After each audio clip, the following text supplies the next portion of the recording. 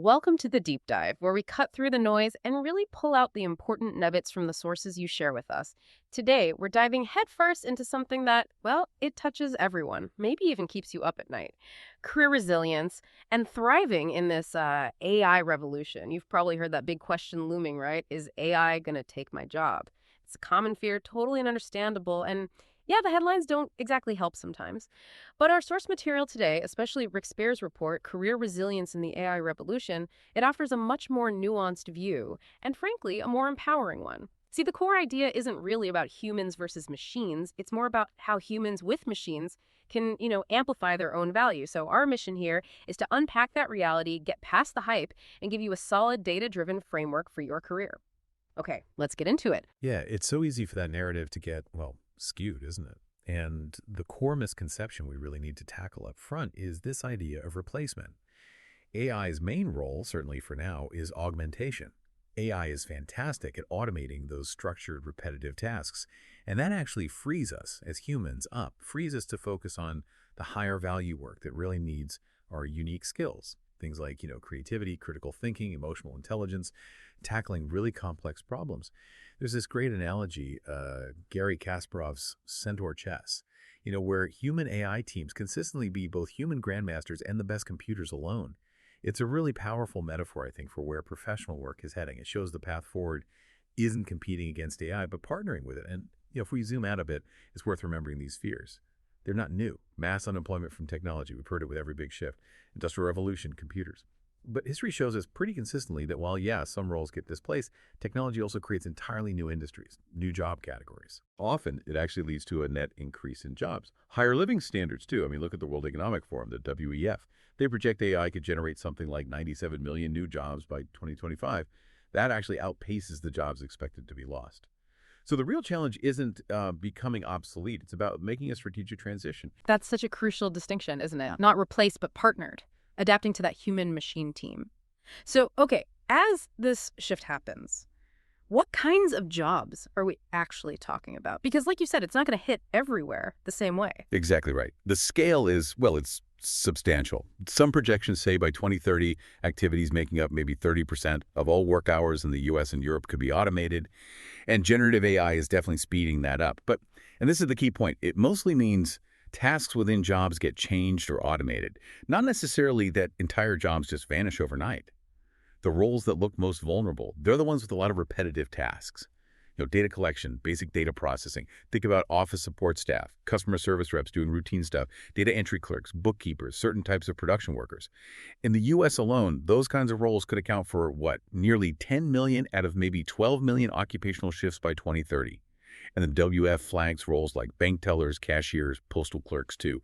Those are declining pretty fast. It's all about efficiency and tasks that can be easily replicated. Okay, so that's the shrinking side, but it's not all shrinking, right? What's actually on the rise? What areas are expanding here? Exactly. On the flip side, demand is shooting up for jobs needing those higher order skills, cognitive skills, creativity, complex human interaction.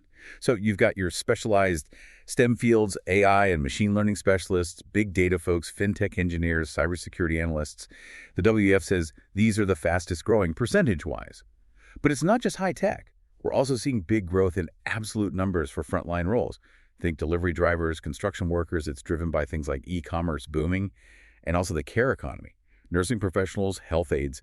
That's linked to, aging populations globally. So it's a pretty diverse growth picture, actually. That paints a really interesting picture. It definitely sounds like a major shift in where the value lies, creating what the report calls a polarized labor market. So what does that actually mean for someone, trying to navigate all this? Yeah, this brings up a really important structural risk. It's not mass unemployment, like we said, but this emerging barbell economy. So picture a barbell. On one end, you've got declining demand for lower-wage, repetitive jobs. On the other end, a huge surge in demand for high-skill, high-wage roles. And what's really striking from the report is that workers in those lower-wage jobs, they're up to 14 times more likely to need to switch occupations compared to folks in the highest wage brackets. So just staying put. Career stagnation. That's becoming a really high-risk strategy. The message is clear. You've got to actively get new skills. You need to climb up that value chain. If you look at Table 1 in the report, the shifting job landscape summary, it really lays it out. Growth in tech and data, green economy, healthcare, education, logistics, construction. And then you see the stark decline in office and admin support, customer service, and sales roles. It really visualizes that shift quite dramatically. Okay, so if the game has really shifted from being replaced to being augmented, the big question for you listening is what specific skills should we be doubling down on? It's not just adapting, right? It's about identifying those unique human superpowers AI just can't replicate, and then adding that layer of technical know-how to become, well, an AI power user. Let's dive into those foundational skills. It's fascinating, isn't it? The skills that seem most future-proof are exactly the ones AI really struggles with. They're rooted in how complex humans are our thinking, our interactions. So first up, you absolutely need to master critical thinking and complex problem solving. AI can process insane amounts of data, generate information, but it lacks genuine understanding, real judgment. These models, especially the big language ones, they can make stuff up, hallucinations we call them, or miss crucial context to the human critical thinker, essential to spot flaws, interpret patterns correctly, see anomalies. And while AI is great at solving problems that are already well-defined, humans, we excel at the messy, novel, ambiguous problems, the ones where there's no clear roadmap. The WEF consistently puts analytical and creative thinking right at the top of desired skills for a reason. That's a really interesting point about AI lacking genuine judgment. So for someone listening, what does that actually look like in practice? Leveraging AI, but still bringing that critical human thinking. How do we reframe our roles? Right. It means thinking of yourself less as just an operator and more as an evaluator, a strategist. When you use an AI tool, make it standard practice to verify its outputs. Don't just take it at face value. Actively look for the edge cases, the potential failure points. Where might this go wrong? And maybe prioritize projects that are inherently ambiguous, where you actually have to define the problem first. That's a creative act AI isn't doing. It really elevates your contribution. Okay, next up, deep emotional intelligence and empathy. These are just, well, irreplaceable. AI cannot replicate the depth, the nuance of human emotion, persuasion, negotiation, coaching, building real trust-based relationships. That's human territory. Jobs needing high social and emotional intelligence consistently show up as the safest from automation. Sure, AI can recognize emotional cues, it sees patterns, but it doesn't feel, it doesn't have genuine understanding, which is absolutely vital for navigating tricky social dynamics or, inspiring a team. That's a powerful difference. So how do we intentionally lean into that human element in our day-to-day work? What's maybe one concrete thing someone could do this week? Yeah, the actionable strategy here is to really intentionally seek out and cultivate those people-centric parts of your job. Maybe dedicate some time to mentoring a junior colleague, or volunteer to lead a client negotiation, or mediate an internal conflict. Focus on building those strong, trust-based relationships across your organization. These are super high-value activities where AI might give you background data, sure, but the core interaction, that stays fundamentally human. Then there's true creativity and originality. Now, generative AI, it's an incredible tool for creation, no question, but its creativity is fundamentally derivative. It remixes data it's already seen. Real out-of-the-box thinking. Paradigm shifts. Genuine originality, that's still a human thing. Bill Gates even argued AI can't currently make that creative leap, framing a problem totally differently or synthesizing ideas into something truly new. Employers consistently say creativity is highly valued and hard to find. So AI can generate options, but the human touch is where the real originality comes in. How do we position ourselves as that source? Exactly. So for you, it means using AI as a creative accelerant, not a replacement. Use generative AI to churn out lots of initial idea drafts and maybe design concepts, get the volume out there. Then position yourself as the crucial human curator, the refiner, the strategist. Your job is to look at the AI's output, pick out the gems, and then apply your unique insight, your taste, your strategic understanding to turn it into something genuinely innovative and valuable. Now, maybe the most important meta skill for this whole era, build adaptability, resilience, and a growth mindset. The idea of a static career path, that's pretty much gone. The WEF thinks something like 39% of workers' core skills will be disrupted or outdated just between 2025 and 2030. That's huge churn. So lifelong learning is not optional anymore. Adaptability, resilience, employers rank these right at the top. And believing you can develop your abilities, that growth mindset, that's the psychological bedrock you need to actually be adaptable. That really feels like the absolute foundation, doesn't it? But how do we actually build that lifelong learning muscle without it just feeling like another chore, another thing on the to-do list? How do we integrate it practically? Yeah, you need to reframe it. Think of your career development as a series of learning sprints, maybe. Formally block out some time each week, even just 2, 3, 4 hours for focused learning. Proactively look for emerging skills in your field. Seek out challenges, stretch assignments that force you to learn them. And, this is important too, document your learning. Put it on LinkedIn or wherever. It signals your adaptability, your commitment to growth. Make it a habit, not just a one-off. And finally, excel in communication and cross-functional collaboration. As AI starts handling more of the siloed technical work, the ability to bridge gaps, to communicate complex ideas clearly across different teams, that becomes a premium skill. Collaboration is fundamentally human. The best teams are going to be increasingly cross-functional. They need people who can speak multiple languages, tech, business, design, and foster real cooperation. Okay, so if AI handles the siloed stuff, human connection becomes the premium. How do we become those translators or, I don't know, architects of that cross-functional understanding? What's the practical move there? So, actively look for chances to lead or join cross-functional projects. Maybe volunteer to be the liaison between your team and, say, IT or finance or sales, and practice translation. Take a complex technical idea from your area and explain why it matters, its implications in simple, clear business terms for people who aren't technical. That's skill. It's a powerful way to set yourself apart. Got it. Those human skills are clearly irreplaceable. But you also mentioned a new layer of technical fluency we all need. These sound like they're becoming table stakes, pretty much regardless of your industry. Absolutely. This is the new baseline, really. First, you need to achieve foundational AI and data literacy. Look, to use AI effectively, you need to understand it at a basic level, how it works, its concepts, what it can do, what it can't do.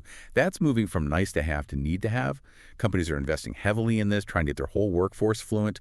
There are great resources out there, like Coursera's AI for Everyone or the Digital Learning Institute's Certificate in AI Literacy. They're designed for non-tech people to get up to speed. Right. So it's not about becoming a coder necessarily, but a smart consumer of AI. How do we actually get that literacy without getting totally bogged down in jargon? You demystify it. Invest in some foundational education. Pick an introductory course that's explicitly for non-technical folks. Your goal isn't to build AI systems. It's to become an intelligent, critical user. Understand its strengths, its weaknesses, so you can apply it effectively in your own work. Okay, next. Learn the art and science of prompt engineering. With these powerful generative AI tools, this has suddenly become a critical new skill. It's basically the ability to write good instructions prompts to get the AI to give you what you want. The quality of the AI's output is directly tied to the quality of your prompt. This applies everywhere: writing, coding, analysis, design. You see companies like AT&T running internal competitions just to boost these skills. They know how valuable it is. It almost feels like learning a new language, doesn't it? How do we get good at talking to AI effectively? Right. It means going beyond just simple questions. Treat prompt writing like a discipline. Experiment. Learn about providing context, defining the format or tone you want. Maybe telling the AI to adopt a certain persona. Use iterative prompting, refine your request based on the first output. There are short courses specifically on this, like IBM's Prompt Engineering Basics. They can really help you get the hang of it quickly. It's about clear, strategic communication with the machine. And finally, you really need to understand the principles of AI ethics and responsible use. As AI gets embedded deeper into business processes, understanding the ethical side, that's becoming a critical business issue, not just a tech one. Professionals need to be fluent in things like algorithmic bias, data privacy, fairness, transparency, accountability. Gartner actually predicts that by 2025, something like 60% of big companies will have formal, responsible AI frameworks. Plus, you see employee activism playing a role, pushing companies on how they use AI. This isn't just about avoiding lawsuits. It's about building trust, ensuring fairness, and having a positive impact. Yeah, it sounds like this goes way beyond just compliance. Understanding AI ethics is becoming a real differentiator for leaders and really for anyone wanting to be future-proof. How can listeners lean into this practically? Make AI ethics a core part of your own development. Take a course if you can find one. And in your day-to-day work, start asking those critical questions. What data was this model trained on? Could it be biased? How's user privacy protected? What are the potential wider impacts of using this AI? You can even think about drafting a personal AI ethics statement for yourself. Just being that thoughtful, informed voice, that really elevates your influence. And all these skills, the human-centric and the technical, they're sort of summarized in Table 2 in the report, the AI Resilient Skill Matrix. It shows how they combine to build that robust profile you need. Okay, so getting the right skills is definitely the foundation. But long-term resilience needs more, right? It needs proactive, strategic action. Beyond just learning the skills, how do we actually proactively shape our careers in this new world? That leads us nicely into part 3. Proactive strategies for career longevity and growth. Exactly. And what's really interesting here is that the most resilient people, they won't be passive bystanders. They'll be active architects of their own augmented work, their own career paths. So first insight, audit your role for automation and augmentation opportunities. You should systematically look at your own job. What tasks are ripe for AI? Remember, AI loves routine, rules-based stuff, scheduling, invoicing, basic report generation. By offloading those things, you free up your time for those unique human skills. We talked about the strategy, the creativity, the complex interaction.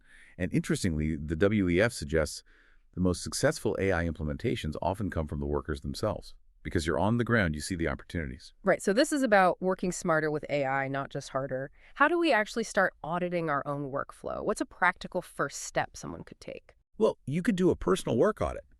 For maybe a week, just log your main activities. Then categorize them. Is this repetitive? Is it analytical? Is it creative, strategic, interpersonal? Use that data to build a little business case. Maybe pitch an AI tool to your manager, but frame it clearly. This will free me up to do X, Y, Z higher value work. Show how you're using AI to elevate your role. Okay, next, leverage AI for personal productivity and skill development. Think of AI as your personalized tutor, always available, your research assistant that never sleeps, your performance coach.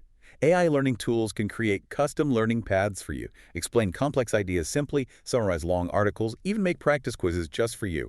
It's like having a dedicated mentor 24/7. Wow, that sounds like having a personal AI assistant right there. What's the best way to actually integrate AI into our daily learning and productivity so it becomes a real force multiplier? Yeah, make it part of your workflow. When you hit a complex topic, ask a generative AI. Explain this to me like I'm a beginner, or maybe explain this as if I were explaining it to a client. Use it to draft a personal learning plan for a new skill, or ask it to critique your writing check for clarity, tone, persuasiveness. It's about making AI an active partner in your continuous improvement. And third in this section, champion human-in-the-loop systems. This is a really key strategic move. Position yourself as that critical human component within an automated system. Advocate for workflows where, yes, AI does the processing, maybe makes recommendations, but a human expert. They make the final, crucial judgment call. Think about hiring decisions, budget approvals, complex diagnoses. This ensures those ethical nuances, the context, the judgment calls are made by a human, guarding against AI errors or hallucinations. It maintains quality and trust. So it's not just using AI, but actually designing workflows around human judgment. How do we champion that idea, especially if maybe some people in our organization are pushing for full automation? Look for those decision-making processes in your team that are data-heavy but have significant consequences. Hiring, budget allocation, maybe client strategy. Propose a workflow. AI gathers the data, presents options, maybe even ranks them, but then you, or another designated human, review it. Apply your domain expertise, your strategic judgment, and you make the final call. This positions you not as someone being automated, but as a strategic decision maker enhanced by the AI. Okay, that's about reshaping the day-to-day. What about managing our whole professional journey, the business of you, Inc.? How do we steer that strategically in this AI era? Right, this is absolutely critical for long-term survival and thriving. The first insight here is maybe the most fundamental. Commit to continuous, lifelong learning and upskilling. We touched on this, but it bears repeating. This is the single biggest mindset shift needed. Skills just don't last like they used to. That WEF projection again. 39% of core skills needing transformation by 2030. It's huge. Getting a degree and being set for life. That's history.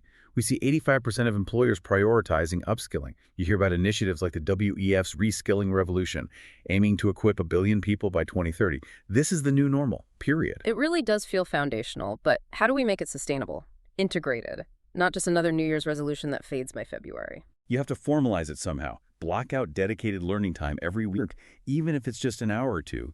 Protect that time. Build a diverse learning portfolio, maybe micro-credentials, certifications, digital badges. Mix it up. And focus that learning on those AI-resilient skills we discussed, the human-centric ones, the necessary tech fluency. It's about consistent, deliberate effort, making learning part of who you are professionally. Okay, next insight. Develop T-shaped or full-stack expertise. Deep, narrow specialization. It's often not enough anymore. The really valuable pros will have deep expertise in one core area, that's the vertical bar of the T, but they'll also have broad knowledge across related fields, that's the horizontal bar. Think of a brilliant software engineer who also understands the business impact of their code or user needs. That hybrid blend allows for bigger picture thinking, cross-functional leadership, and that's highly sought after.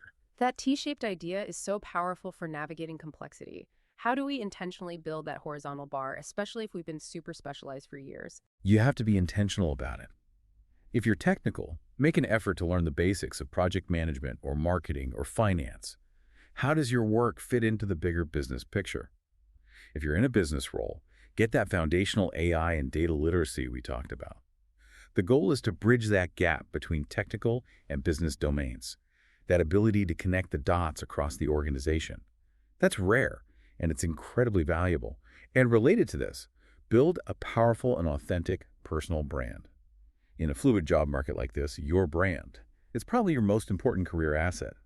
It's the narrative that tells the world who you are, what you're great at, what value you bring. A strong brand attracts opportunities, sometimes even when you're not actively looking. It starts with really defining your unique value proposition, your UVP, then auditing your digital footprint, making sure it aligns, and consistently communicating that narrative to the right people. Our personal brand becomes like our North Star, guiding us, especially with all the noise online.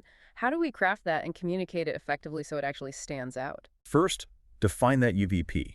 Ask yourself, what problem do I solve uniquely well? What's my special mix of skills and experience?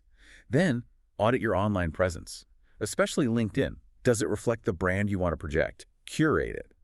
And then, consistently share your expertise. It doesn't have to be writing long articles, though that's great. Even just posting thoughtful comments on industry posts, sharing relevant news with your own quick analysis. Show your value, don't just state it. Another really effective strategy, specialize in a human-centric or physically complex niche. You can build a strong moat around your career by focusing on areas where AI just fundamentally struggles. Complex, nuanced human interaction, or unpredictable physical environments. Think healthcare roles, nurses, counselors, therapists, education, creative arts, personal services, or skilled trades, plumbing, electrical, high-end custom construction. These jobs require deep empathy, creativity, dexterity, situational awareness. Things AI is nowhere near replicating. So finding your moat where AI just can't easily compete, how does someone identify and maybe pivot towards those niches, especially if they're in a more general role right now? Yeah, evaluate your current path. Look for opportunities to pivot towards more human interaction or physical complexity. Maybe a generalist HR person could specialize in employee coaching and development. A software engineer might focus on UX research, which needs deep empathy for user behavior. It's about finding that strategic specialization that leverages uniquely human skills, making you much harder to automate. And finally, cultivate a strong, value-driven professional network. In times of rapid change, your network is your safety net. It's also your main engine for finding new opportunities. But, and this is key, it's about quality relationships, not just collecting connections. It's about a genuine commitment to providing value to others, the best networkers. They focus on giving before they expect to get, building real, authentic relationships over time. Yeah, networking can sometimes feel a bit transactional, can it? But you're talking about genuine value. What's the secret sauce to building a truly resilient, value-driven network in this kind of environment? Approach it with what you might call strategic generosity. Don't just like a post from someone influential. Leave a thoughtful comment that adds to the discussion. Share their content, but add your own perspective or analysis. When you see a chance to help someone in your network make an introduction, share a useful resource. Do it without expecting anything immediately back. That builds genuine goodwill, real relationships, and a reputation as someone who contributes value to the community. Okay, great strategies for managing our careers now, but let's look further ahead. Beyond just protecting our current roles, how do we actively shape our careers for the next decade? This is about really positioning ourselves for the future. Exactly. This is where we move from reacting to really leading the way. First insight here, explore emerging roles in the AI economy.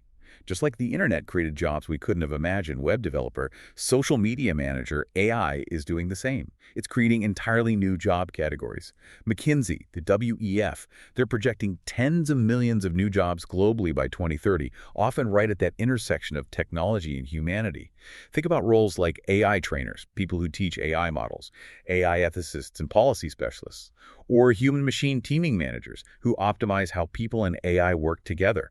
These jobs barely existed a few years ago. That's where it gets really exciting, isn't it? New roles we can't even fully picture yet. How do we position ourselves to potentially step into these roles, even if they're not fully defined today? Start researching them now. Pay attention to the skills they seem to require. Often it's that T-shaped profile again. blending tech understanding with human skills. Align your own upskilling efforts with the competencies needed for these future-proof jobs. It's really about skating to where the puck is going to be, not just where it is now. Okay, next, align your career with high-growth sectors. Some entire industries are just getting supercharged by big macro trends. Aligning yourself with these is a really smart strategic move. Think about the global green transition, renewable energy, EV tech, sustainable building, huge growth there. Aging populations are driving massive growth in healthcare and the whole care economy. And the continued explosion of e-commerce means logistics and supply chain innovation are booming.